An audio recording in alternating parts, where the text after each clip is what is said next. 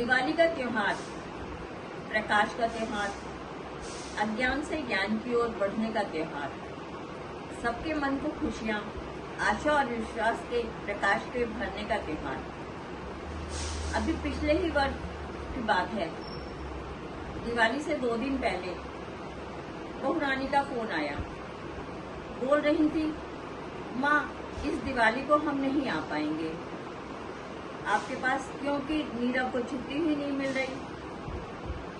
मैंने कहा कोई बात नहीं बहू, तुम चिंता मत करो, अगर छुट्टी नहीं मिल रही तो क्या कर सकते हो, यहाँ मैं और तुम्हारे पापा मिलकर त्योहार मना लेंगे, बस तुम आरव का और नीरव का ख्याल रखना।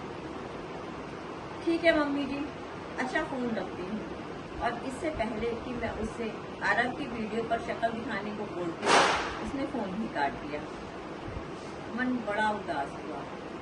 एक ही बेटा, एक ही बहू, एक ही पोता, पर पास कोई भी नहीं। त्योहार तक पर घर आने की फुर्सत नहीं किसी को। ठीक है भाई, अकेले आए हैं और अकेले ही दुनिया से जाना है, तो गम किस बात का। एक ठंडी सांस भरी और खड़ी हो गई सोफे से। क्या करने को खड़ी हुई थी ये कुछ समझ नहीं आ रहा था।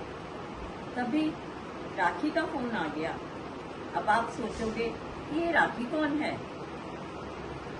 हाँ, मेरी बड़ी बहन की बेटी, वो भी गुड़गांव में ही रहती है और उसके पति भी उसी कंपनी में काम करते हैं जिसमें मेरा बेटा नीरव।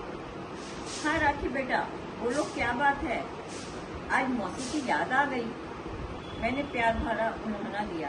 अरे मौसी जी, आप भी जैसी प्यारी मौसी को भला कोई भूल सकता है?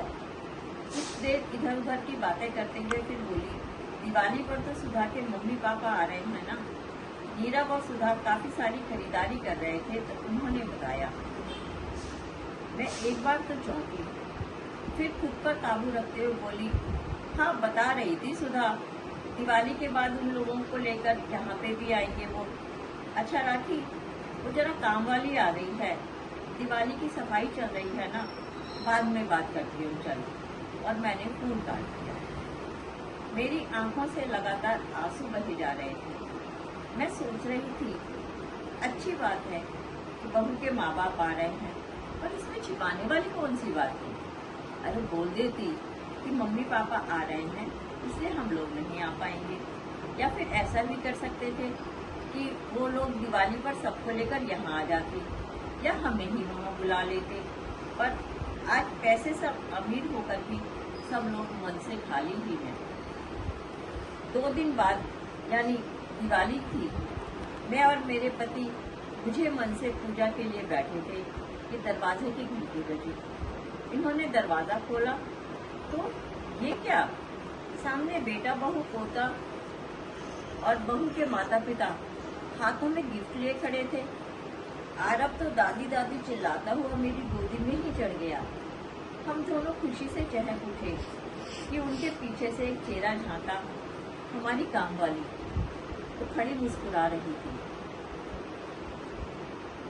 माँ पापा हमें माफ कर दीजिए, आंखों में आंसू भरे नीरव और सुधा बोल रहे थे। हुआ ये था कि मेरी समधन पास ही रहती है और उनके घर भी हमारी ही बाई काम करती है। उसने मेरी फोन पर सारी बातें सुन ली थी क्योंकि वो वहीं खड़ी थी। उसने जाकर मेरी समधन को सारी बातें बताई तो उन्हें अपनी बेटी पर बहुत गुस्सा आया और बेटी दामाद के घर जाने के बजाय उन्हें अपने घर बुला लिया। और उसके बाद वो उन्हें लेकर हमारे पास आए। हमने डॉली को गिफ्ट और धन्यवाद देकर विदा किया और पूजा के बाद हम सभी यही चर्चा कर रहे थे कि संस्कार पैसे वालों की बकौती नहीं होते, वे तो अपने मन से आते हैं।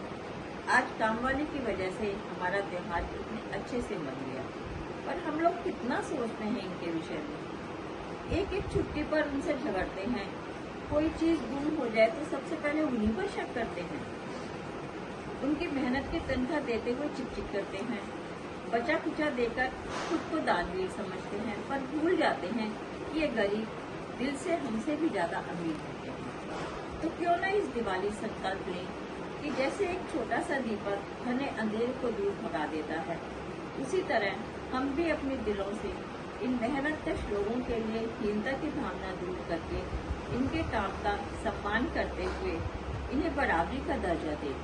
क्यों ना इस दिवाली ये संकल्प लें कि अपने मन से नकारात्मक के अज्ञान का अंधकार दूर करके सकारात्मकता के ज्ञान का प्रकाश भरेंगे और फिर उस प्रकाश को सारी दुनिया में प्रसारित करेंगे। कहा भी है, जलाओ दीप खुशियों के, आशाओं और स्नेहों के, हरे जो कष्ट सभी का, कुछ ऐसे शुभ संकल्पों के, हो खुशियों का उजाला सबके घर में रात रोशन हो, वो काली रात अमावस की प्रकाशित पूर्णिमा से। धन्यवाद।